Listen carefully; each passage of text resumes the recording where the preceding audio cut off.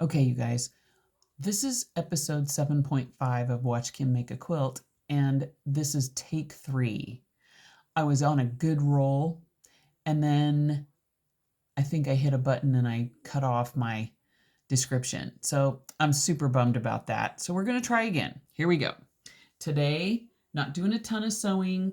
I just finished up, I have finished the skirt piece, not finished the skirt pieces. I've sewn the diagonal pieces onto these long skirt pieces, and now I'm working on what will go on the bottom, which is these little squares right here. These are called half square triangles, or some people call them triangle squares. It's just basically two pieces of fabric that are sewn together on the diagonal to make a divided square, and you can kind of turn them however you want. You can do tons of stuff with these and make really cool blocks just by the way you turn this square. But anyway, so this is going to go on the bottom of the skirt piece, and it's going to look kind of like little fringe or dangly things on their skirt. Now, so to do that, you take two squares and you sew them right sides or pretty sides together. So in this case, we have background fabric and dress fabric. And I did this on the background fabric just because it's lighter and my pencil line shows up a lot better. You draw a diagonal line, and some people can do this without drawing the line, and they have special tape you can put on your sewing machine and all that. I have tried all those things and it's just not accurate for me. So I draw the line, and then I have a foot with a guide on it that I can run straight down that middle line and get a 1/4 inch seam, and it's really accurate. So that is, I just got the new foot to do that with, and I love it. It's working really well.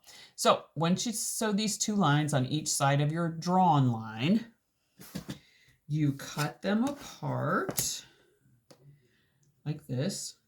Make sure the cutting is actually in the camera shot, because that's part of my problem. All right, so there's two triangles, ta-da, that will be squares when we unfold them. And what I was doing is squaring these to a certain size. And when I cut that original square to put together, to sandwich together, I cut them a little more generously. So when I do measure to square this down to this size, which is 1 3/4 inches, is what this size is, and it's already been squared and pressed and everything. I cut it a little bit bigger because then I have room to make sure that I get my accurate measurement. So the first way that I'm getting ready to trim these down, and the first one of the ways I do this is I have this special square up ruler. There's a couple of kinds. This is also called, this one is called the Clearly Perfect Slotted Trimmer.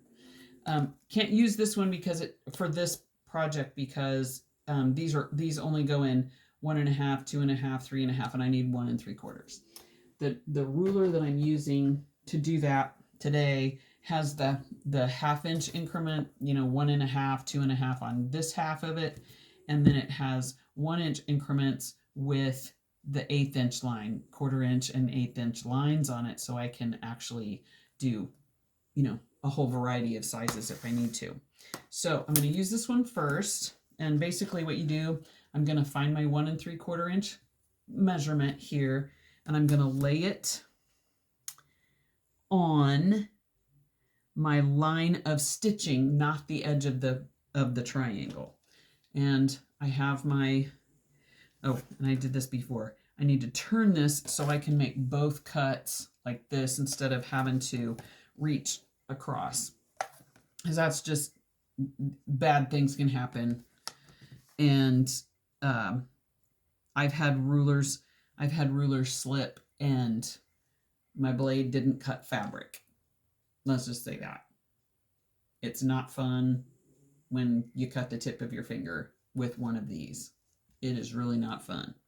So anyway, on we go. So I'm just going to cut this side, and then I'm going to cut this side. And then when I unfold this to press it, I will have my little half square triangle, and it has these little pointy things on the end. I just snip those off with my little snip scissors instead of trying to cut it off with the rotary cutter. The other way I square up squares is to press it open before I square. And in the last video, I took you over to the iron and I showed you how I did that. And I think somehow in the transfer of the camera, I shut it off. So anyway, so I'm not going to do that again. I have squared one side of this already, and I used this ruler. It's a 6.5 inch square ruler that has a 30-degree line, a 45-degree line, and a 60-degree line. And for this cut, we're going to use the 45, goes straight across the middle diagonally, and we need it to be 1 3/4 inches. So I lay the 45-degree line right on that diagonal seam. And since I've already trimmed two sides of it, I'm going to line my 1 3/4 inch lines in both directions, here and here. I'm going to line those up, and then I'm just going to trim the rest of the edge off. Like so. And now I have my little square. And I don't have, and the advantage to this way, and I don't always have great success doing it this way. I'm usually the triangle ruler person, is it cuts those, we call them dog ears. It cuts the dog ears off right away.